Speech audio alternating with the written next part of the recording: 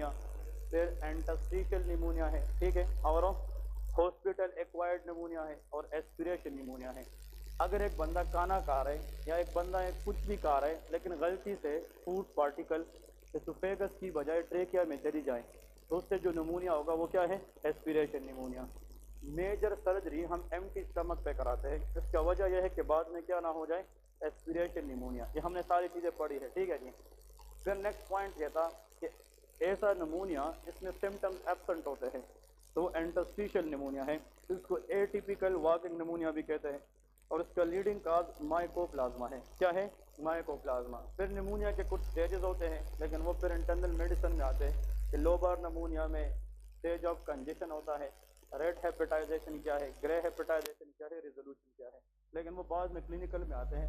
हम आज निमोनिया की क्लिनिकल फीचर्स कल पढ़े कि नहीं, क्लिनिकल फीचर सेटिंग दे दें। What is the clinical feature of pneumonia, हम यह डिस्कस करेंगे रेस्पिरेटरी सिस्टम में। तो हेडिंग दे दे क्लिनिकल फीचर्स। ओके, निमोनिया के अंदर जो क्लिनिकल फीचर है, first is called shortness of breath. Patient को जनाब शॉर्टनेस ऑफ ब्रेथ की हिस्ट्री होगी, SOB stand for shortness of breath. Next लेके कफ, पेशेंट को कांसी होगी, लेकिन निमोनिया के अंदर मोस्ट लाइकली प्रोडक्टिव कफ होती है। क्या होती है, productive cough. Productive cough mean कि whenever the patient cough it contain sputum, इसके अंदर स्प्यूटम होता है। इसमें हम एक सवाल करते हैं पेशेंट से, जब आप कफ करते हैं और उसमें स्प्यूटम होता है तो कभी देखा है कि स्प्यूटम की मिकदार कितनी होती है? वो कहते हैं कि 1 टी चम्मच से, मतलब यह है कि हाफ स्पून के बराबर। ये पेशेंट बताता है कि हाफ स्पून के बराबर round about sputum in the cough, think about pneumonia. वो क्या हो सकती है, निमोनिया। अगर बहुत ज्यादा कफ में स्प्यूटम आ रहा है, मतलब 1 कप के बराबर आ रहे, तो वो ब्रोंकिएक्टेसिस है। वो क्या है, ब्रोंकिएक्टेसिस। ये हम आगे डिस्कस करेंगे। नेक्स्ट है चेस्ट टाइटनेस। क्या होता है, चेस्ट टाइटनेस, इसके अंदर चेस्ट टाइटनेस होती है। नेक्स्ट है द पेशेंट डेवलप इजी फटीगेबिलिटी, मतलब ये लोग जनाब जब भी काम करते हैं इनको आसानी से जनाब सुस्ती या ये तक जाते हैं, इजी फटीगेबिलिटी, क्लियर है। और नेक्स्ट है दिस पेशेंट, और इन लोग की जब हम परकशन करेंगे इन सिम्टम के साथ, जब भी पेशेंट आए ऑन परकशन, मैंने कल बताया था ना कि very good excellent, that is called dullness. तो dullness on percussion with this symptom में भी निमोनिया। हम किसके बारे में सोच सकते हैं, निमोनिया।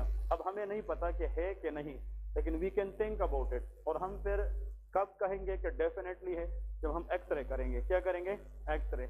लेकिन इसके साथ लेके फीवर, क्या हो सकती है, फीवर। अगर बैक्टीरियल निमोनिया है तो हाई ग्रेड फीवर है, अगर वायरस की वजह से हो लो ग्रेड फीवर है, लेकिन fever should be there if the cause of pneumonia is infectious agent, ठीक है, बैक्टीरिया वगैरह। अब लिखे अगर इन सिम्टम में पेशेंट आए, what will be there investigation, इसकी इन्वेस्टिगेशन क्या करनी है। कौन कौन सी इन्वेस्टिगेशन है जो हम कर सकते हैं। नंबर 1 चेस्ट एक्सरे करते हैं। क्या करते हैं, chest x-ray. Excellent. The first investigation we should do for pneumonia patient that is called chest x-ray. MCQs में याद रखें कि चेस्ट एक्सरे के ऊपर जो लीजन हमें नजर आती है उसको कहते हैं कंसोलिडेशन ऑफ लंग्स। क्या कहते हैं, कंसोलिडेशन। कंसोलिडेशन का मतलब डॉट, मतलब कि लंग्स के ऊपर सॉलिड डॉट जो है ना हमें नजर आती है। और ये जो कंसोलिडेशन का देखना है ये हमारे डॉक्टर का काम नहीं, ये रेडियोलॉजिस्ट बताएगा। कौन बताएगा, रेडियोलॉजिस्ट। जब भी आप किसी को इन्वेस्टिगेशन लिखते हैं, MRI लिखते हैं, CT स्कैन लिखते हैं या एक्सरे लिखते हैं, प्लीज नीचे लिखा करें कि एडवाइस चेस्ट एक्सरे, और नीचे लिखे प्लीज कमेंट। इसका मतलब यह है, या प्लीज ओपिनियन। इसका मतलब कि आप रेडियोलॉजिस्ट को बता रहे कि एक्सरे भी करे और उस पर अपना कमेंट्स भी दे दें, ओपिनियन भी दे दें। तो वो नीचे आपको फुल फॉर्म में लिखता है कि the patient x-ray was done in AP position antero posterior and both chest are normal और एबनॉर्मल, या लेफ्ट चेस्ट या left lung right lung shows dot, solid dot which is known as consolidation. So consolidation on X-ray and dullness on percussion. Always think about of pneumonia. ये क्या होता है, pneumonia होता है। Next लिखे another sputum culture कर सकते हैं। क्या कर सकते हैं, स्प्यूटम कल्चर। इसका मतलब ये है कि जो स्प्यूटम प्रोडक्टिव कफ में होता है उससे हम थोड़ा सा जनाब इस तरह थोड़ा सा जनाब उसका एक सैंपल लेते और कल्चर के लिए लेबॉर्ट्री भिजवाते और 48 घंटे के बाद उसका रिजल्ट आता है और हमें बताते हैं कि निमोनिया का काज क्या है। तो इसमें लिखे to know the type of bacteria, bacteria को मालूम करने के लिए। और अगर हमें बैक्टीरिया का पता नहीं है कि स्टेफाइलोकोकस है या स्ट्रेप्टोकोकस है, तो हम उसके खिलाफ प्रॉपर ट्रीटमेंट स्टार्ट नहीं कर सकते, क्योंकि हर बैक्टीरिया के लिए अपने एंटीबायोटिक है। तो हाउ यू विल नो कि विच बैक्टीरिया इज काज निमोनिया, उसके लिए क्या करते हैं, स्प्यूटम कल्चर करते हैं। यहाँ पे लेके टू नो द काज, ये हम काज के लिए करते हैं। To know the cause of bacteria, cause of microorganism, या टू नो द काज आप लोग लिखे that for this we can do sputum culture. और काज से मुराद माइक्रोबियल एजेंट है। क्या चीज है, माइक्रोबियल एजेंट। इसमें बैक्टीरिया वगैरह या वायरस वगैरह भी आ सकते हैं। अब लेके अगर एक पेशेंट है उसको निमोनिया डायग्नोज हो जाए, तो next what should you do in the treatment.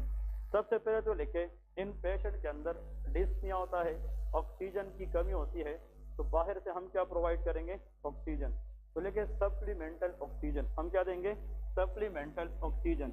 लेकिन ये हर निमोनिया पेशेंट को नहीं, जिन पेशेंट में रिस्पायरेटरी डिस्ट्रेस है, या जिन लोगों के अंदर डिस्निया है, या जिन लोगों में रिस्पायरेटरी रेट ज्यादा है, it mean the patient is compromising from oxygen, उसको ऑक्सीजन नहीं मिल रही, तो हम बाहर से एज अ सप्लीमेंट क्या देंगे, ऑक्सीजन देंगे। ऑक्सीजन देंगे, बॉडी को ऑक्सीजन मिलेगी, तो shortness of breath, chest tightness, ये सिम्टम खुद बहुत क्या हो जाएंगे, डिक्रीज हो जाएंगे। चेस्ट पेन या चेस्ट टाइटनेस भी पेशेंट फील करता है, उसके लिए हम एनर्जेसिक्स देते हैं। कहते हैं एनर्जेसिक्स। नेप्रोक्सिन का नाम सुना है कि नहीं, नेप्रोक्सिन या नेप्राक्स के नाम से टैबलेट आती है, बेस्ट फॉर चेस्ट टाइटनेस। ठीक है, मतलब ये जो रिब्स वगैरह होती है, छाती के दर्द में नेप्रोक्सिन भी दे सकते हैं। अगर इसमें अकड़ो फील होता है, स्पाज़म फील होता है, तो फिर मोवेक्स के नाम से टैबलेट आती है, या मोबैक के नाम से टैबलेट आती है, वो रिलैक्सेंट है। वो क्या है, रिलैक्सेंट है, तो वो भी दे सकते हैं। लेकिन analgesic is given to decrease chest pain, किसके लिए, चेस्ट पेन। साथ में जनाब आप लोग को ये पता होना चाहिए इस पेशेंट के अंदर कफ है कि नहीं, उसके लिए हम क्या देंगे, कफ सप्रेसेंट देंगे। मतलब ये है, यहाँ पे एक वर्ड लिखता हूँ जो सबके लिए नया होगा, इसको कहते हैं, व्हाट इज दिस, एंटी टूसेसिव। ठीक है, एंटी टूसेसिव का मतलब वो एजेंट्स होते हैं जो कफ को कंट्रोल करते हैं। क्लियर है कि नहीं, तो एंटी टूसेसिव एजेंट। अब देखें, ये वो ड्रग है जो कफ को सप्रेस करते हैं। आप लोगों ने एसिफाइल सिरप का नाम सुना है कि नहीं, या हाइड्रोलिन का नाम सुना होगा, या पल्मोनोल का नाम सुना होगा। ये सारे के सारे किस में यूज होते हैं, कफ में। या कफ रिलीफ सिरप आता है, ठीक है, हर्बल कफ रिलीफ सिरप आता है। अब कफ के बारे में दो चीज याद रखें, ये घर में भी काम आती है, पब्लिक में भी काम आती है। आपको एक पेशेंट कहता है कि डॉक्टर साहब मुझे कुछ प्रिस्क्राइब करें, मुझे कानसी है और मैं कानसी से बहुत शदीद जो है ना तंग आ चुका हूँ, मैं काम नहीं कर सकता। ऐसा नहीं कि तुम बस लगे हाइड्रोलिन ले लें, पल्मोनोल ले लें। उसको पूछें कि आपकी जो कफ है वो ड्राई है कि प्रोडक्टिव है, ये बहुत इंपॉर्टेंट है। अगर वो कह दे कि मेरी खुश्क कानसी है, क्या है, खुश्क कानसी, ड्राई कफ है, तो आप उस कफ को सप्रेस करें, कम करें। तो the drug is cough suppressant. वो क्या है, कफ सप्रेसेंट। अगर पेशेंट कहे कि मुझे कफ में स्प्यूटम आ रहे हैं, इसका मतलब इसकी जो एयरवे है उसमें क्या है, म्यूकस है, स्प्यूटम है, तो ऐसा ड्रग दे कि जिससे आप कफ सप्रेस करें या म्यूकस को बाहर निकाले। म्यूकस बाहर निकलेगा तो एयरवे क्या हो जाएगा, खुल जाएगा और सांस लेने में दुश्वारी कम हो जाएगी। उस ड्रग को हम कहते हैं कफ एक्सपेक्टोरेंट। क्या कहते हैं, कफ एक्सपेक्टोरेंट। तो कफ एक्सपेक्टोरेंट हाइड्रोलिन भी है, पल्मोनोल भी है। ठीक है, आप लोग हाइड्रोलिन, पल्मोनोल इस तरह की सिरप देखे, उसके नीचे डब भी पहले का होगा कफ एक्सपेक्टोरेंट, कुछ पहले का होगा कफ सप्रेसेंट। तो ड्राई कफ में कफ सप्रेसेंट देते हैं और प्रोडक्टिव कफ में कफ एक्सपेक्टोरेंट देते हैं। क्लियर है कि नहीं, ये आगे हम फार्माकोलॉजी में पढ़ेंगे। और आखिर में लेके जनाब एंटीबायोटिक्स। क्या देते हैं, antibiotics if the cause is bacteria. अगर कल्चर ने यह बता दिया कि जो निमोनिया है वो बैक्टीरिया की वजह से है, तो उस बैक्टीरिया को कंट्रोल करने के लिए हम स्पेसिफिक क्या देंगे, एंटीबायोटिक। लेकिन निमोनिया में आजकल हॉस्पिटल में जो ज्यादातर एंटीबायोटिक यूज होता है वो सेफ्ट्राइक्सोन है। क्या है, सेफ्ट्राइक्सोन। ये नाम सुना है कि नहीं, this is broad spectrum antibiotic. Broad spectrum mean ये बहुत सारे बैक्टीरिया को कवर कर सकता है और इससे पेशेंट को क्विकली रिलीफ मिलता है। क्या मिलता है, quickly relief. And this antibiotic is bactericidal. ये क्या होता है, बैक्टीरिसाइडल। ये इसके सामने लेके, व्हाट इज बैक्टीरिसाइडल, इसका मतलब ये है, बैक्टीरिया का मतलब क्या है, बैक्टीरिया, साइडल का मतलब किलिंग, ये डायरेक्ट बैक्टीरिया को किल करती है। इसका मतलब ये है the antibiotic which kill bacteria directly, that is called bactericidal. तो सेफ्ट्राइक्सोन इज बैक्टीरिसाइडल। क्लियर है? ये रोसेप के नाम से इंजेक्शन में भी आती है, 1 ग्राम इंजेक्शन, ऑक्सीडेल के नाम से भी आती है, ये सारे के सारे सेफ्ट्राइक्सोन है। ठीक है जी। इसके बाद याद रखना है, अगर फॉर एग्जांपल कल्चर ये बताए यार इस पेशेंट को बैक्टीरियल इन्फेक्शन नहीं है, और फॉर एग्जांपल कल्चर ये बताए इस बंदे को जो इन्फेक्शन हुई है, निमोनिया हुई है, वो किस वजह से? Fungal infection. प्लीज एमसीक्यूज याद रखें। Drug of the choice amphotericin, क्या देते हैं? Amphotericin B. ये एंटी फंगल है। ये क्या है? Anti fungal. The best anti fungal for any fungal infection in the body, that is amphotericin B. Clear है कि नहीं? ये बहुत इंपॉर्टेंट है। देखें, अगर ये फंजाई का सेल है, प्लीज सुन ले, दिस इज फंजाई, ये फंजाई है। अब फंजाई का जो आउटर मोस्ट लेयर है that is called cell wall. ये क्या होता है? Cell wall. जिस तरह बैक्टीरिया में होता है, लेकिन इस सेल वॉल के अंदर, इधर देखें, इस सेल वॉल के अंदर क्या होता है? ये जो सेल वॉल है फंजाई का, ये इस फंजाई को बाहर से प्रोटेक्शन देती है।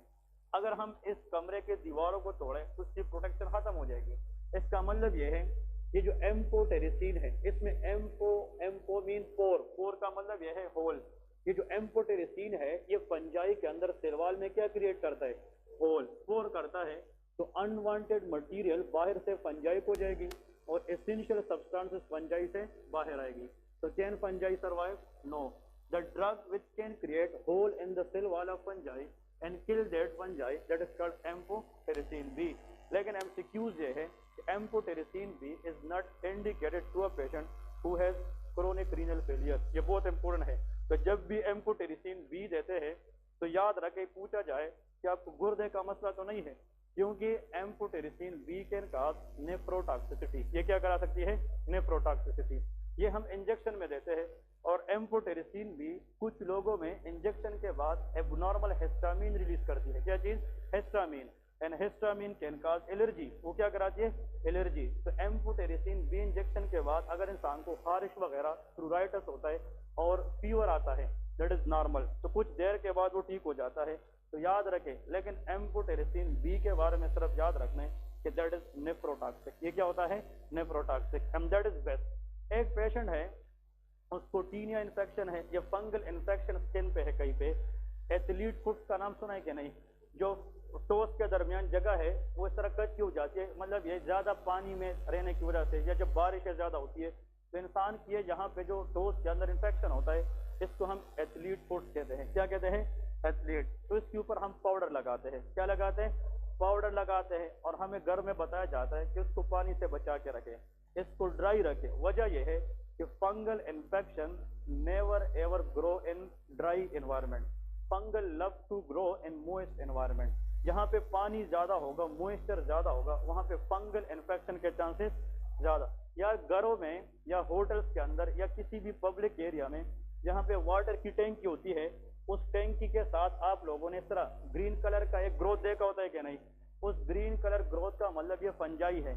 और वहां पे अगर आप उस टैंकी में देखें तो वो जगह मोइस्ट होता है कि ड्राई? मोइस्ट होता है। जहाँ पे एरिया गीला होता है, मोइस्ट, वहां पे इन्फेक्शन कौन से होते हैं? फंगल होते हैं। तो फंगल इन्फेक्शन को ट्रीट करने का बेस्ट तरीका ये है, कीप दैट एरिया ड्राई। तो ये स्किन के लिए बात कर रहा हूँ। और स्किन पे इन्फेक्शन के लिए कभी भी ओरल टैबलेट नहीं देते, टॉपिकल जैसे क्रीम की शक्ल में। आप लोगों ने फ्लूकोनाजोल, क्लोट्रीमाजोल, क्लियर है कि नहीं? या क्लोट्रिम के नाम से क्रीम आता है, टर्बिनोफिन का नाम सुना है कि नहीं? ये क्रीम आती है। ये सारी की सारी टॉपिकल एंटी फंगल है। क्या है? टॉपिकल। लेकिन अगर एक बंदे को फंगल इन्फेक्शन लंग्स में है, एक बंदे को फंगल इन्फेक्शन ब्रेन में है, तो ये टॉपिकल है कि सिस्टेमिक है? तो फिर इंजेक्शन में जो फंगल इन्फेक्शन को कंट्रोल करने के लिए ड्रग दिया जाता है, उसका नाम एम्फोटेरिसिन बी है। अगर फंजाई मेनिंजाइटिस करे, ड्रग ऑफ चॉइस एम्फोटेरिसिन। अगर फंजाई निमोनिया कराए, ड्रग ऑफ चॉइस। अगर फंजाई लीवर फेलियर कराए, any fungal infection which is systemic, आज तक drug of the choice is amphotericin B. Clear है? और इसका काम क्या है? It can create pores in the fungal cell wall. ये फंगस सेल वॉल के अंदर क्या क्रिएट करता है? पोर्स क्रिएट करता है। इसके बाद हम एंड की तरफ, इसकी पैथोलॉजी की तरफ जाएंगे। तो हेडिंग दे दे लंग कैंसर। शाबाश। नेक्स्ट इज, इसमें 2-3 बातें हैं वो जल्दी क्विकली करते हैं। हेडिंग दे दे what is meant by lungs cancer.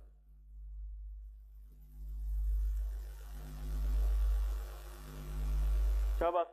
NLE या NAB में लंग कैंसर से 3 या 4 क्वेश्चन आते हैं, ठीक है, क्योंकि this is not ignored in the exam. Why? The reason is this is the most common cause of death in all over the world regarding cancer. अगर कैंसर में कोई बंदा मर सकता है ज्यादातर तो वो किस कैंसर में होता है? Lung cancer. क्योंकि इसके दो वजूहात है। एक तो लंग कैंसर के जो पेशेंट इनिशियली होते हैं दे हैव नो सिम्टम, इसके सिम्टम्स नहीं होते। तो अगर एक पेशेंट में सिम्टम नहीं है can they visit to the clinic? No. लेकिन जब इसके सिम्टम आते हैं तब तक कैंसर बॉडी में क्या हो चुका है? फेल। तो जब बॉडी में स्प्रेड हो चुका हो तो फिर रिकवरी के चांसेस कम होते हैं। तो this cancer asymptomatic early in the symptom but later it become symptomatic, तो फिर recovery chances is very low. Number 2, इस कैंसर को डायग्नोज करने के लिए स्क्रीनिंग टेस्ट नहीं है। क्या नहीं है? स्क्रीनिंग।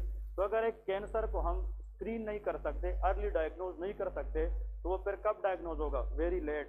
और जब एक हम कहते हैं ना डॉक्टर ने जवाब दे दिया कि आप इस बीमारी के अंदर बहुत लेट आए हैं, अभी रिकवरी के चांसेस बहुत कम हैं। क्लियर है? उनमें से क्या है? लंग कैंसर है। पहले तो लिखे कि लंग कैंसर की डेफिनेशन क्या है। इसमें लिखे अनकंट्रोल्ड पुअर प्रोलिफरेशन। प्रोलिफरेशन का मतलब multiplication. Proliferation and unregulated increase in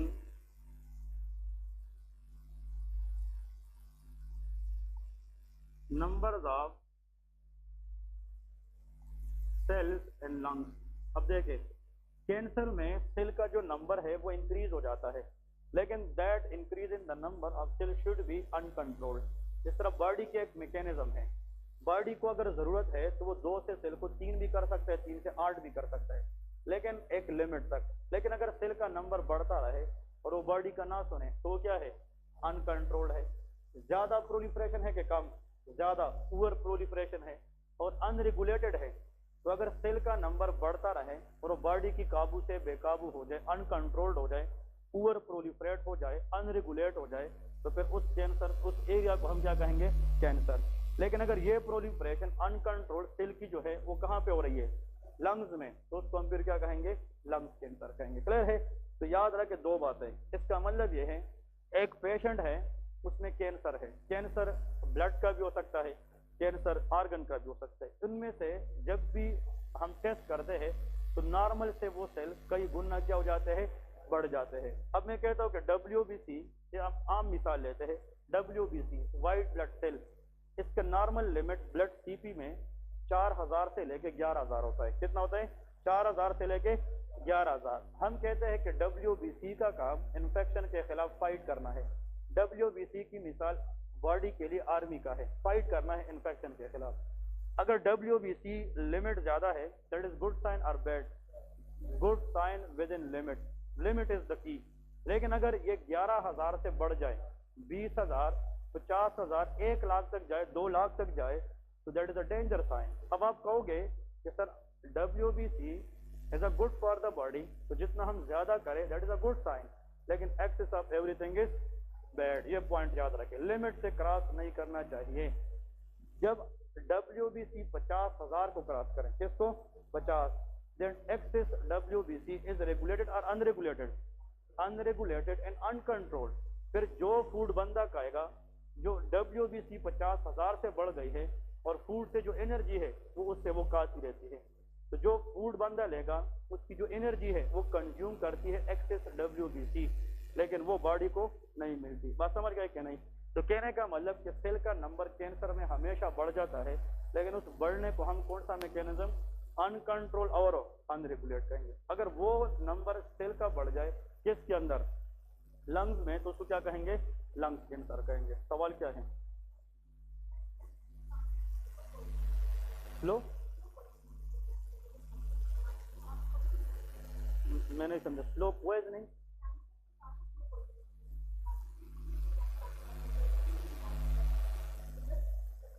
आपका मतलब स्लो ग्रोइंग।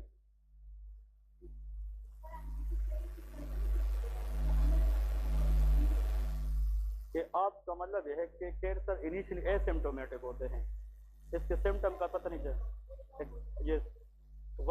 बात कर रहा हूँ कि शी इज राइट के majority of the cancer patient they have no symptom at all early, they are asymptomatic. क्या होते हैं?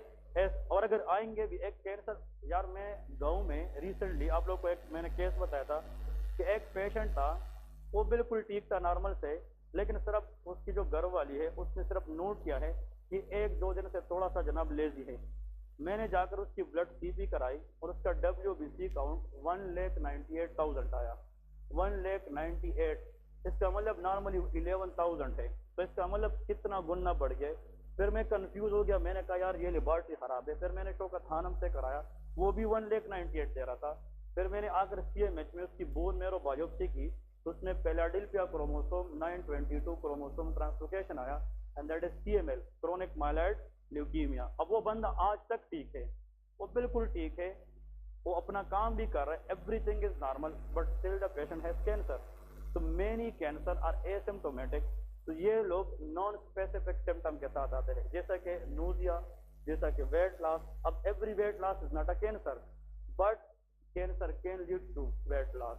तो कुछ चीजें होती है। अब आपका सवाल फिर ये है कि सर अगर एक बंदा है वो नॉन स्पेसिफिक सिम्टम लाए, how we can approach toward the cancer, हम कैसे जाएंगे, कब जाएंगे, तो उसके कुछ पॉइंट्स अभी हम डिस्कस करेंगे।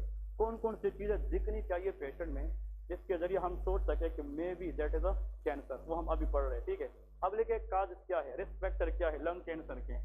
रिस्क फैक्टर लंग कैंसर के लेके what are the risk factors, कौन कौन से रिस्क फैक्टर है जिससे लंग कैंसर के चांसेस बढ़ सकते हैं। तो नंबर 1 लेके ओल्डर एज। क्या है ओल्डर एज? मतलब lung cancer commonly seen after the age of 50। किसके बाद? 50 के बाद। तो सबसे पहले तो लेके ओल्डर एज। तो देखिए अगर 50 प्लस बंदा है तो उसमें लंग कैंसर के चांसेस ज्यादा होते हैं। Number 2 chronic smoking. इसके अंदर क्रोनिक स्मोकिंग। देखिए smoking is the leading risk factor for lung cancer. अगर एक बंदा है वो स्मोक कर रहा है पिछले 20 साल 25 साल से और उसका एज भी 50 प्लस है, और जनाब फिर वो सिम्टम में आए, तो फिर हम क्या सोचेंगे? हम इन्फेक्शन सोचेंगे कि कैंसर? कैंसर सोचेंगे। नेक्स्ट देखिए obesity, again one of the accelerating factor for any cancer including lung cancer in the body. Number 4 लेके एक्सपोजर टू कार्सिनोजिन।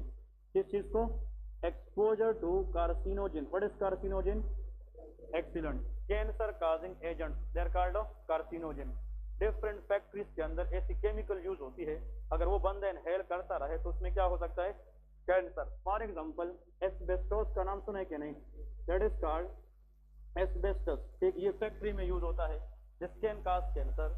और याद रखे जो एस्बेस्टोस है ये जो कैंसर कराता है, ये भी MCQs आता है कि which cancer is caused by asbestos, that is called mesothelioma. क्या करा सकता है? Mesothelioma. Okay, lungs is lined by which layer? Pleura. Lungs के इर्द क्या होता है? प्लूरा, प्लूरल केविटी होती है। और ऐसा कैंसर जो प्लूरल केविटी से निकले, प्लूरा से निकले, उसका नाम क्या है? मीजोथीलियोमा। So the cancer of pleural cavity that is called mesothelioma and the common strong risk factor for that is asbestos. फिर यह करा सकता है ब्रोंकस की cancer, that is called bronchogenic carcinoma. C stand for carcinoma. Clear है कि नहीं? अब MCQs आता है, आप एग्जाम में बैठे हैं और एग्जामिनर ने यह पूछा है कि एस्बेस्टोस एक्सपोजर लीड्स टू, समझ गए? Asbestos exposure leads to ABCD option में ये दोनों हैं। तो आप लोगों ने सबसे पहली प्रायोरिटी देनी है ब्रोंकोजेनिक कार्सिनोमा को, क्योंकि एस्बेस्टोस 80% कौन सा कैंसर कराता है? Bronchogenic carcinoma. 20% कौन कराता है? मीजोथीलियोमा। क्लियर है? तो बुक में भी ये मेंशन किया है, for asbestos bronchogenic carcinoma has a more chance as compare to mesothelioma. ठीक है जी, याद रखें। फिर नेक्स्ट देखिए एक और केमिकल है, शायद नाम सुनाओ, रेडान। इसको क्या कहते हैं? रेडान। ये रेडान भी डिफरेंट न्यूक्लियर वेपन वगैरह में यूज होता है। इसकी एक्सपोजर से भी जनाब क्या होता है? कैंसर के चांसेस ज्यादा होते हैं। सिलिका का नाम सुना है कि नहीं? अगर सिलिका ज्यादा आ जाए बॉडी में उसको सिलिकोसिस कहते हैं। क्या कहते हैं? That is asbestosis and that is silicosis. इसको न्यूमोकोनियोसिस कहते हैं। ठीक है, ये हम आगे डिस्कस करेंगे। कुछ ऑक्यूपेशनल डिजीज उसको कहते हैं। क्लियर है कि नहीं?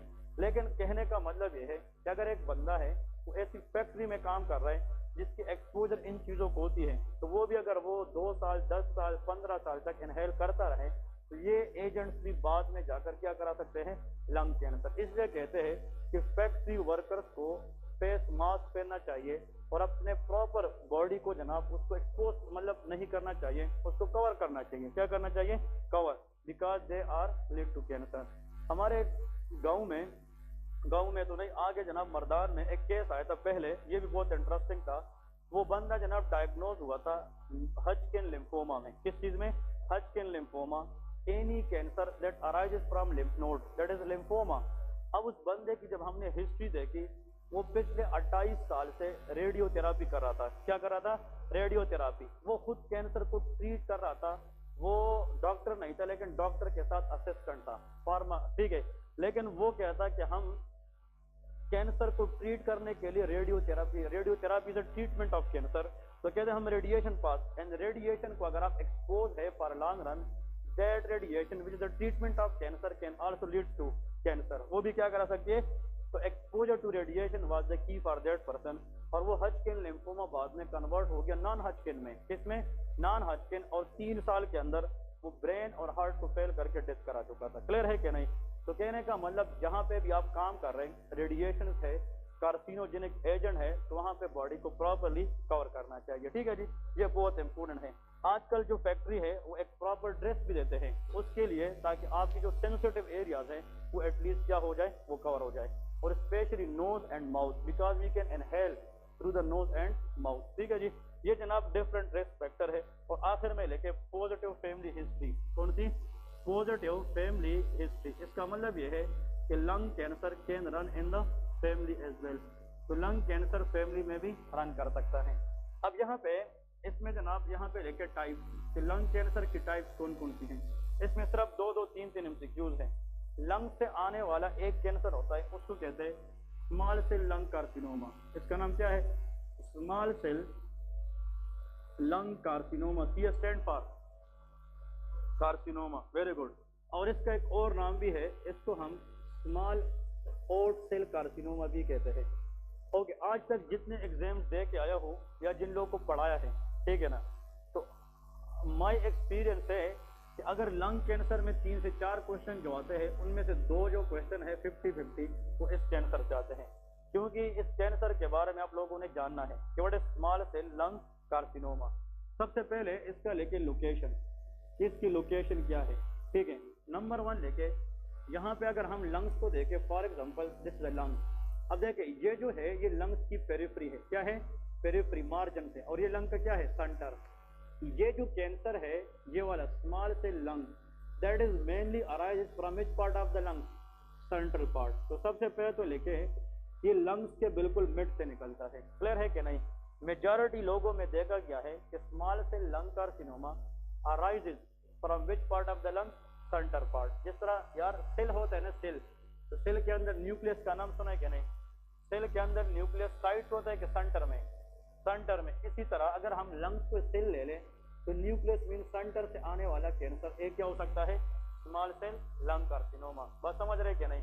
नंबर 2 लिखे strong R stand for risk factor.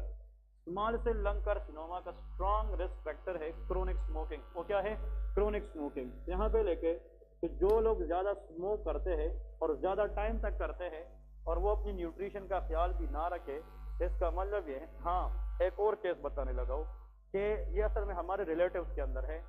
उस बंदे का उम्र है 76 या 75, लेकिन still he run daily basis 2 to 3 kilometre, 76-75। और वो मुझे कह रहे हैं कि जब मैं 15 साल का हो गया तो उसने सिगरेट पीना शुरू किया है और आज भी वो दिन में 6 से 7 डब्बी पीता है। क्लियर है, लेकिन उसको लंग्स का इन्फेक्शन तक नहीं है। समझ गए कि नहीं। अब ये केस इंटरेस्टिंग है। क्लियर है कि नहीं। वजह क्या है, वो कहते हैं मैं स्मोक जरूर करता हूँ, मैं जरूर नशा करता हूँ, लेकिन अपना डाइट को भी कंट्रोल करता हूँ। वो साथ में जनाब फ्रूट इंटेक बहुत करता है। तो अगर आप एक चीज ले रहे, स्मोक कर रहे, लेकिन आप साथ में एंटीऑक्सीडेंट ले रहे, आप उसमें जनाब फ्रूट्स ले रहे, आप मल्टीविटामिन ले रहे, तो फिर आपकी बॉडी की इम्यूनिटी क्या रहेगी, strong. As far as your immunity strong, smoking do not cause any cancer in the body. कहने का मतलब ये रिस्क फैक्टर है। मतलब अगर आप पॉवर्टी का शिकार है, गुर्बत का शिकार एक बंदा है, वो बेचारा उसको रोटी नहीं मिल रही तो वो फ्रूट क्या लेगा, वो सप्लीमेंट क्या लेगा। और एक बंदा है जनाब वो कह रहे बस गुजारा ही हो रहे हैं और वो आप आगे से जनाब स्मोक भी कर रहे हैं, तो फिर उसमें कैंसर की एक्सेलरेशन क्या होती है ज्यादा। मैं सिर्फ ये कि हम कहते हैं ना सोसाइटी में यार स्पाइसी फूड ना खाए गैस्ट्राइटिस हो जाएगा, क्या हो जाएगा गैस्ट्राइटिस। लोग घरों में कहते हैं क्या नहीं, घरों में कहते हैं कि यार मिठाई ना खाए क्या हो जाएगा शुगर हो जाएगा। ये गलत कंसेप्ट है, ये आप लोग डॉक्टर बनने जा रहे हैं, ये कंसेप्ट रिवर्स करें कि आप चाहे एक बेकरी खाए ना, एक बेकरी पूरी, फिर भी as far as your pancreas is working आपको शुगर हो नहीं हो सकती। आप लोग याद रखें एक चीज आप लोगों ने नोट की है, मुझे एक बेकरी आइटम कितना पसंद क्यों नहीं है, उसमें अगर एक लिमिट तक मैं खाऊं तो फिर बॉडी यहां से सेंस करती कि मजीद नहीं खाना, क्योंकि that is enough for the pancreas. और चाहते हुए भी हम कहते हैं यार दिल तो बहुत कर रहे लेकिन खा नहीं सकता। क्लियर है कि नहीं, वजह यह है कि बॉडी में लिमिट है। लेकिन अगर किसी को शुगर है पहले से तो उसके लिए मीठा सही है कि नहीं। तो देखे मीठा खाने से शुगर नहीं होता, लेकिन शुगर पेशेंट को मीठा खाने से शुगर का मसला जरूर हो सकता है, ये बात इम्पोर्टेंट है, ठीक है ना। इसी तरह अल्लाह ने प्रोटेक्शन नहीं दी है, गैस्ट्राइटिस कैसे हो सकता है अगर आपकी इम्यूनिटी स्ट्रांग है, प्रोस्टाग्लैंडिन कवरिंग म्यूकोजा पे ठीक है, तो स्पाइसी फूड के नॉट काज गैस्ट्राइटिस पर gastritis spicy food is not good. Clear है कि नहीं, ये कुछ मिथ्स है, ये आप लोगों ने रिवर्स करने हैं। लेकिन गाँव में इन लोगों के साथ जितना आप लोग कहेंगे वो कहेंगे नहीं नहीं ऐसा नहीं है। आपने 2-3 वर्ड क्या सीखे कि आपने पूरा जो है ना उन लोग के साथ आर्गू नहीं करना है। गांव में जो लोग क्लास 8 या 9 फेल कर चुका है वो भी कह रहे डिस्प्रिन ले ले, एमोक्सिसिलिन ले ले, ठीक है ना, वो अपने डॉक्टर्स होते हैं, वो आपको नहीं मानते। ऐसा है कि नहीं, वैसे है ऐसे लोग के नहीं मिलते हैं गांव में, वो पूरी जिंदगी मिलते रहेंगे। क्लियर है कि नहीं, इसका मतलब यह है उन लोगों के साथ आर्गू नहीं करना है, उन लोगों को बस सर्जन का दर्जा देना है। क्लियर है कि नहीं, कि ठीक है। ओके, नेक्स्ट पॉइंट लेके, smoking is the key for which cancer, small cell lung carcinoma. Very important लेके, metastatic capability. What is metastatic, इसका मतलब यह है, वेरी गुड, ये स्प्रेड हो सकता है कि नहीं, प्लीज याद रखें कि क्विकली मेटास्टेटाइज। इसका मतलब यह है कि स्मॉल सेल लंग कार्सिनोमा ये क्विकली मेटास्टेटाइज होता है। ये मतलब यह है कि with in few weeks and month ये लंग से निकलकर other part of the body में जा सकती है। तो जितना लंग कैंसर ज्यादा मेटास्टेटाइज करेगा उतना उसकी प्रोग्नोसिस क्या होगी, पुअर होगी। क्लियर है।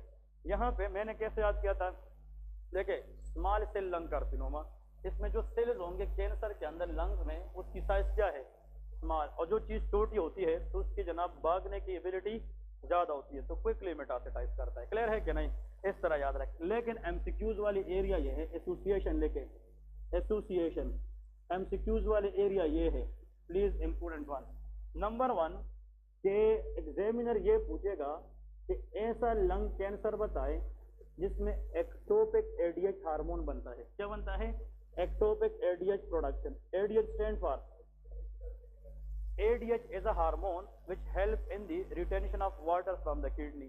मतलब ये ऐसा हार्मोन है, ये न्यूज स्टूडेंट आगे पढ़ाऊंगा, कि ऐसा हार्मोन जो वाटर को बॉडी में रिटेन करे उसका नाम क्या है, ADH है, एंटी डायूरेटिक हार्मोन। क्लियर है।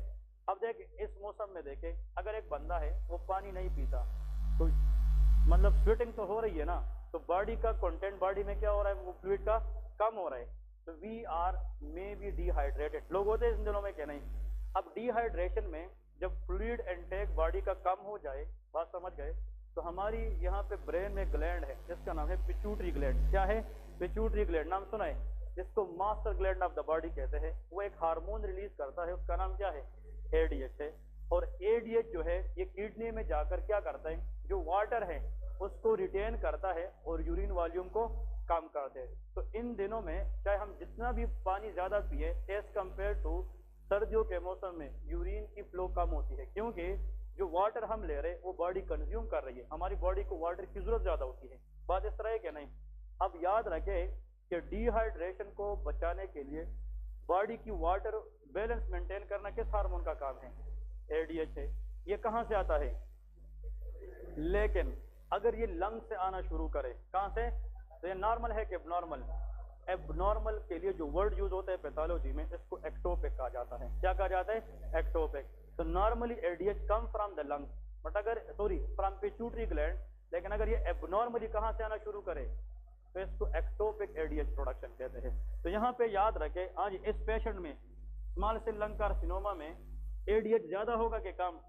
ज्यादा, तो रिटेंशन ऑफ वाटर ज्यादा होगा, तो यूरिन वॉल्यूम कम ना होने के बराबर, इसको हम कहते हैं ओलिगूरिया। क्या कहते हैं?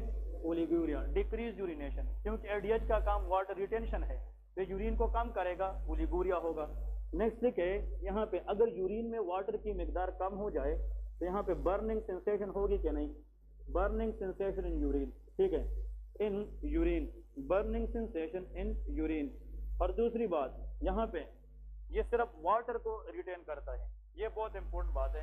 अगर हम ज्यादा वाटर को रिटेन करें तो सोडियम का लेवल बॉडी में क्या हो जाएगा? कम हो जाता है। पहले जनाब सोडियम के लिए जो वाटर था वो तो नॉर्मल है, अब ये एडीएच ज्यादा वाटर ले आ रहा है, तो उस वाटर की बनिस्बत सोडियम क्या हो जाएगा? कम। इसको हम कहते हैं डाइल्यूशनल हाइपोनेट्रीमिया। क्या कहते हैं? हाइपो का मतलब क्या है? Decrease, natremia mean blood level of sodium. Clear है? अब इधर देखिए, ये जो एडीएच है ये नॉर्मल आ रहा है कि एबनॉर्मल? इधर देखिए, ये सिंड्रोम कराएगा, डिजीज कराएगा, एस फॉर सिंड्रोम। ये अप्रोप्रिएट आ रहा है कि इनअप्रोप्रिएट? इनअप्रोप्रिएट। और कौन सी चीज की बात हो रही है? एडीएच। इस कंडीशन को हम SIADH कहते हैं, syndrome inappropriate anti diuretic hormone. तो एग्जामिनर अगर आप लोगों से ये पूछे, सुन ले, अब आप लोग कहोगे कि सर इसका इम्प्लीमेंटेशन क्या है, आप लोगों ने आंसर करना है। एक पेशेंट है, इसका उम्र 60 साल है, कितना है? 60 साल, और 30 साल से स्मोक कर रहा है, और वो बाद में जनाब प्रेजेंट कर चुका है चेस्ट टाइटनेस के साथ, शॉर्टनेस ऑफ ब्रेथ, और एक बहुत इंपॉर्टेंट बात, फ्रेश ब्लड इन द कफ। याद रखिए, fresh blood in the cough, haemoptysis के साथ, और उसको वेट लॉस भी है। क्या है? वेट लॉस भी है। लेकिन वो बंदा कह रहा है कि ये मसला तो मुझे 1 महीने से है, लेकिन आज 2 दिन हो गए कि मेरा यूरिन पास नहीं हो रहा, यूरिन उसका पास नहीं हो रहा, उसको हेडेक है, और उसको जनाब ये है कि वो यूरिन पास नहीं कर रहा। और दूसरी बात उसको ये है कि इसको जनाब यूरिन पास करने के दौरान बर्निंग सेंसेशन हो रही है। 60 साल का बंदा है, क्रोनिक स्मोकिंग को कर रहा है, वेट लॉस है, और हीमोप्टाइसिस है। थिंक अबाउट लंग कैंसर, उस कैंसर की वजह से उसकी यूरिन पे इफेक्ट पड़ा है। तो ऐसा कैंसर जिसमें यूरिन का मसला आ सकता है, तो क्या है? Small cell. और इस कैंसर में यूरिन का इशू तब इसलिए आया है कि इस कैंसर में किस चीज का लेवल बढ़ चुका है? Ectopic ADH. तो एग्जामिनर पूछेगा which of the following you suspect of, उसका आंसर क्या होगा? SIADH। क्या होगा? SIADH, syndrome inappropriate ADH. इसका मतलब यहाँ से जो एडीएच निकला है इसने मसला कराया है, और ये अप्रोप्रिएट तरीके से इनअप्रोप्रिएट, इसलिए इसको लोग सियाद कहते हैं। क्या कहते हैं? सियाद। इसको सियाद डिजीज कहते हैं, SIADH को सियाद लोग कहते हैं। क्लियर है कि नहीं? तो SIADH के एग्जाम में आता है, याद रखना है, ठीक है।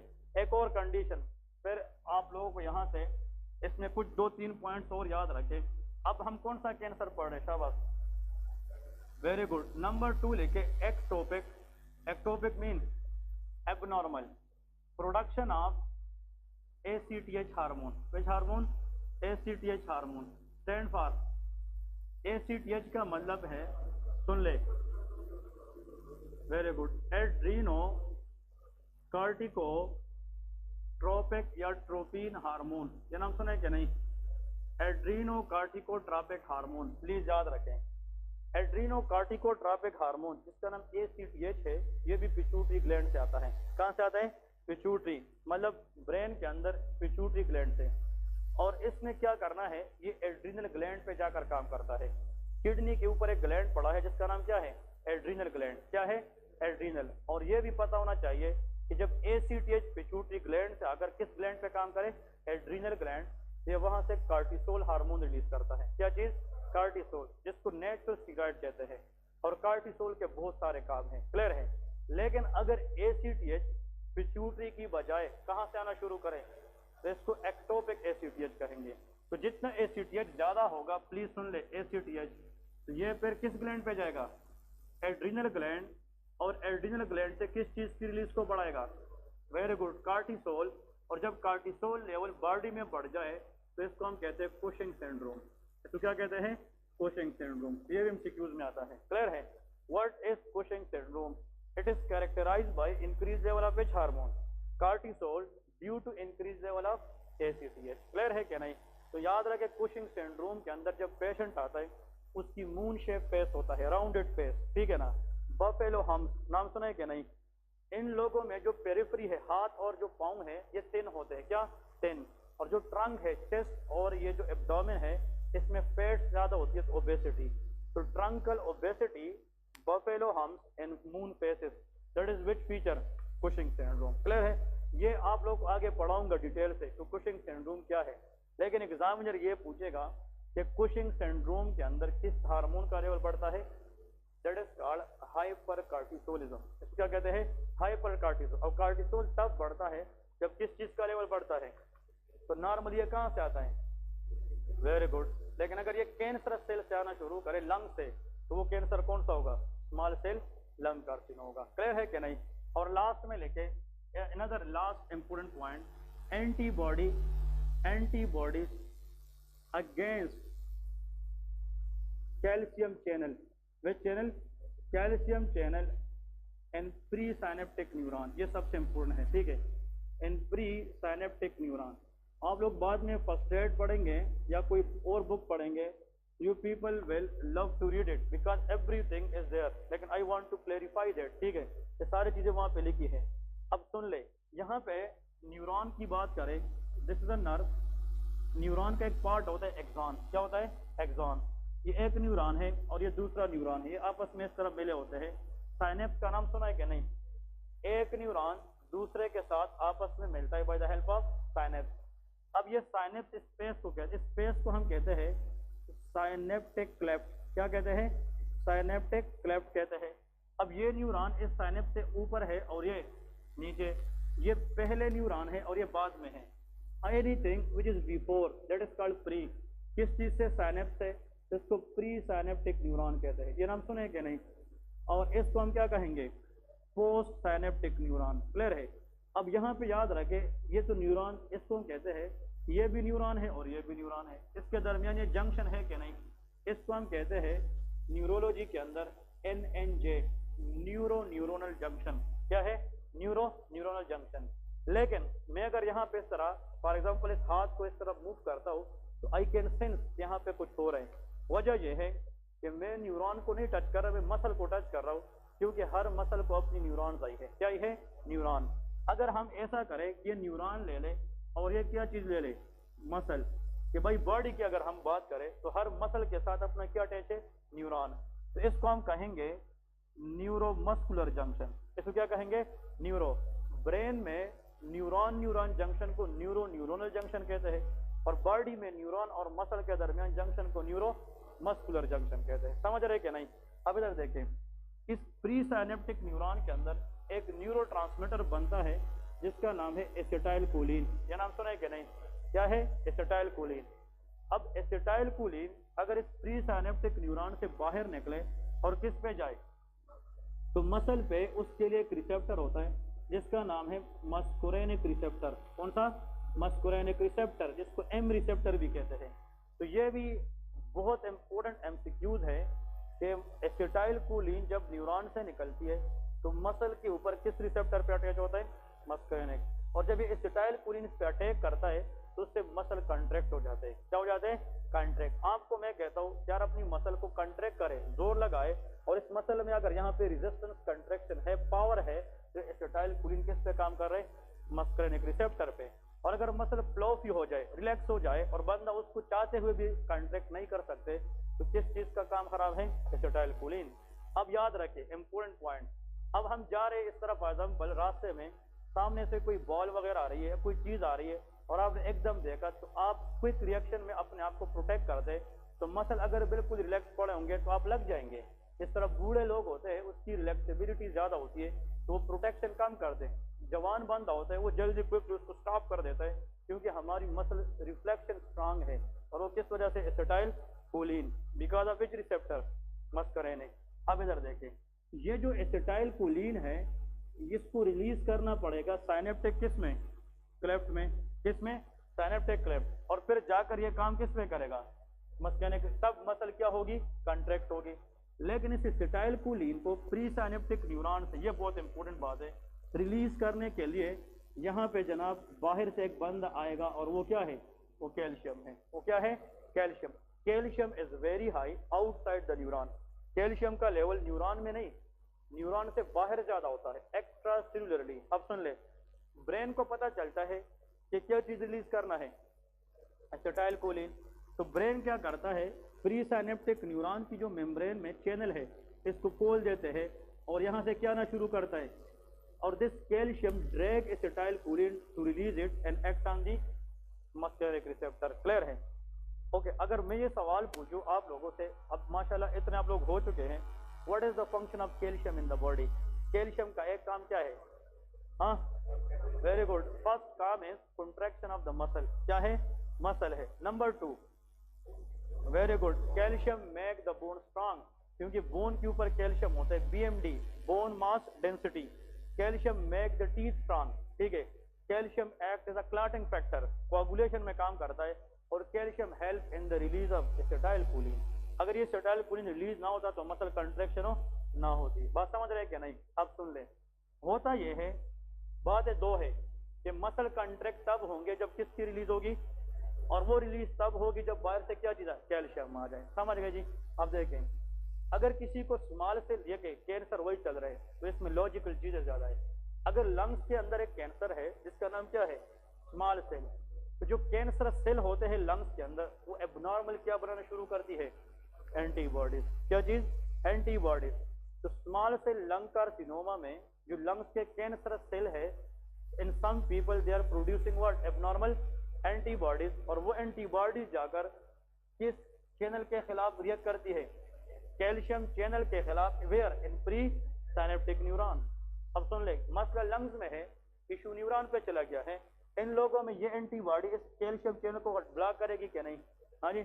और जब ये ब्लॉक होगी तो can this acetylcholine will be release? No. जब ये रिलीज नहीं होगी तो मसल कंट्रैक्शन नहीं होगी, तो मसल वीकनेस होगी क्या नहीं? क्या होगी? Muscle weakness. अब सुन ले, अगर एक पेशेंट है उसको जनाब स्मॉल सेल लंग कार्सिनोमा है, क्या है, स्मॉल सेल, और कल वो आता है 1 महीने के बाद, डॉक्टर साहब वो कैंसर तो छोड़े, अभी तो मैं उठने का काबिल नहीं होता, उठ जाता हूँ तो ये जगह ऐसा होता है कि मैं भी गिरने वाला हूँ, क्योंकि ये सारे मसल क्या हो जाते हैं, वीक। इसका मतलब कि जब वो चलता है उसके लिए कंट्रैक्शन चाहिए, और वो कंट्रैक्शन जो है ना कौन करता है, लेकिन वो तब होता है जब कैल्शियम आता है। और इस बंदे में कैंसर के अंदर एंटीबॉडी जिसके खिलाफ बनी है, तो मसल वीकनेस होगी क्या नहीं? ऐसी डिजीज सुन ले जिसमें मसल वीकनेस हो जाती है और उसका वजह एंटीबॉडी अगेंस्ट क्या हो, तो इसको हम कहते हैं लेम्बर्ट ईटन माइस्थीनिया ग्रेविस डिजीज। ठीक है ना, लेम्बर्ट ईटन माइस्थीनिया ग्रेविस, ये बहुत इंपॉर्टेंट है, लेम्बर्ट ईटन माइस्थीनिया ग्रेविस। समझ गए क्या नहीं? तो अगर एग्जाम में ये आ जाए कि small cell lung carcinoma causes what, Lambert Eaton myasthenia gravis, इसमें क्या होता है, मसल वीकनेस होता है, और वजह क्या है, abnormal antibodies against which channel, calcium channel. ये एमसीक्यूज है। एक और बात फिर खत्म करते हैं यहाँ पे, फिर देखें, कुछ लोग होते हैं इस कैंसर को पारवाइल भूल जाए, कुछ लोग होते हैं उसमें कैंसर नहीं होता, उसमें कैल्शियम अंदर सही आते हैं, तो एसिटाइल कोलिन जो है वो रिलीज होगा क्या नहीं? हाँ, रिलीज होगा। लेकिन फिर एसिटाइल कोलिन का नेक्स्ट टारगेट आफ्टर रिलीज ये है किस पे काम करे। लेकिन कुछ लोगों में एबनॉर्मल एंटीबॉडीज किसके खिलाफ बनते हैं, मस्करेनिक। इन लोगों में एबनॉर्मल एंटीबॉडी तो रिलीज ही नहीं होता, कैल्शियम अगर ब्लॉक हो जाए तो एसिटाइल कोलिन रिलीज ही नहीं होता। कुछ लोगों में ये रिलीज हो जाता है लेकिन रिसेप्टर पे काम नहीं करता, क्योंकि इस रिसेप्टर को एंटीबॉडी ने बंद किया होता है। फिर भी मसल वीकनेस होगी क्या नहीं? ऐसा मसल वीकनेस जिसमें एंटीबॉडी स्पेशली किसके खिलाफ बने, that is called only myasthenia gravis. इसको माइस्थीनिया ग्रेविस सिंपल कहते हैं, लेकिन इसका मतलब यह है, इसको हम सिंपल माइस्थीनिया क्या कहेंगे, ग्रेविस। अब सुन ले, माइस्थीनिया ये बहुत इंपॉर्टेंट टॉपिक है फॉर एग्जाम। माइस्थीनिया ग्रेविस, एक होते माइस्थीनिया ग्रेविस, एक होते लिम्बर्ट ईटन माइस्थीनिया ग्रेविस। इसमें फर्क है, दोनों में मसल वीकनेस, दोनों में एबनॉर्मेलिटी रिगार्डिंग एसिटाइल कोलिन, एक में रिलीज होता है और एक में रिलीज हो नहीं होता। एक में एंटीबॉडी अगेंस्ट कैल्शियम चैनल होती है और एक में एंटीबॉडी अगेंस्ट मस्करेनिक रिसेप्टर।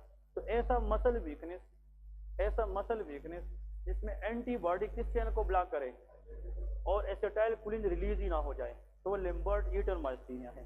लेकिन ऐसा डिजीज जिसमें एसिटाइल कोलिन तो रिलीज हो जाए लेकिन रिसेप्टर पे काम ना करे क्योंकि इसको एंटीबॉडी ने खराब किया है तो वो माइस्थीनिया ग्रेविस होता है। आखिरी ये बात याद रखें, पेशेंट कैसे आते हैं ये लोग कहते हैं व्हाट इज दिस आई, और इस आई के जितने भी मसल है उसको कहते हैं अकुलर मसल। क्या? Ocular muscle. इस आई के अंदर मसल में भी जनाब क्या होता है, माइस्थीनिया ग्रेविस, सॉरी, इस आई के अंदर जो मसल है उस पर भी कौन सा रिसेप्टर है? आप लोगों को मैं कहता हूं कि आंखें बंद कर दे तो हम आंखें बंद करते हैं और आंखें खोले। अब इस खोलने के लिए मसल की मूवमेंट चाहिए कि नहीं? आंखें बंद करना, ओपन करना, इसके लिए रिपीटेड अकुलर मूवमेंट चाहिए। अगर किसी की मसल वीक है आई लिड में तो आई ओपन बंद कर सकेगा? नहीं करेगा। अब सुन लें, अगर एक पेशेंट है वो कहता है कि मेरे ये जो लोअर लिम्ब के मसल है इसमें वीकनेस है, 4 कदम जाता हूँ, 10 कदम जाता हूँ, फिर अपने पाँव को हाथ में पकड़ा होता हूँ क्योंकि बहुत ज्यादा फटीग होती है, आगे चल नहीं सकता, लेकिन वो आंख के जनाब नॉर्मली खोल सकता है। इसका मतलब पेरिफेरल मसल का मसला है लेकिन अकुलर मसल का मसला नहीं है। तो समझ जाइए लिम्बर्ट ईटन माइस्थीनिया ग्रेविस है। और जिस बंदे में ये हो कि डॉक्टर साहब मैं सुबह सवेरे उठता हूँ तो मेरे मसल में वीकनेस तो होती है लेकिन इतना मसल वीकनेस कि आंखें जो है ना आज द टाइम बंद रहती है, चाहते हुए भी अपनी आंखों को ओपन नहीं कर सकता, तो उसमें अकुलर मसल का भी मसला है तो माइस्थीनिया ग्रेविस होता है। तो ocular muscle is not involved in Lambert Eaton but ocular muscle is involved in myasthenia gravis. Clear है? तो इसमें टोसिस होता है। क्या होता है? टोसिस। और इसमें जब पेशेंट आते हैं दो तरह के, कुछ लोग कहते हैं कि हम सुबह सवेरे उठते हैं, जो बॉलीवुड का स्टार है अमिताभ बच्चन, उसको माइस्थीनिया ग्रेविस है। क्लियर है कि नहीं? मतलब इस तरह ये स्टार जो होते हैं ये आप लोगों ने याद रखना है कुछ डिजीज, जिस तरह ये सचिन तेंदुलकर जो क्रिकेटर है उसको जनाब गाल पर एल्बो टीनाइटिस है। क्लियर है कि नहीं? ये सारी की सारी चीजें ये एग्जाम में या सर्वाइवा में पूछी जाती है और ये डिजीजेज हाईलाइट होती है। अब देखें, एक पेशेंट आता है वो कहते हैं मैं सुबह सवेरे उठता हूँ तो मैं बिल्कुल एक्टिव होता हूँ, अपने काम पे जाता हूँ, मजदूरी करता हूँ, ऑफिस जाता हूँ, मैं ठीक होता हूँ, लेकिन जितना तक काम करता रहता हूँ तो 4-5 घंटे के बाद हिम्मत नहीं रहती कि वापस फिर घर भी पहुंच जाऊं। तो ऐसे लोग जो early in the morning active होते हैं लेकिन सनसेट के टाइम पे डे में जितना वक्त जाता रहता है उसकी मसल वीकनेस बढ़ती रहती है। एक लोग ये होते हैं। कुछ लोग होते हैं कि जब हम सुबह सवेरे उठते हैं तो बेड से उठने के काबिल भी नहीं होते, तो early in the morning muscle क्या होती है, लेकिन वो कहते हैं जब हिम्मत करते हैं 2-3 कदम जाते हैं तो हम तंदुरुस्त और चुस्त हो जाते हैं, मतलब फिर पूरा दिन काम करते रहते हैं।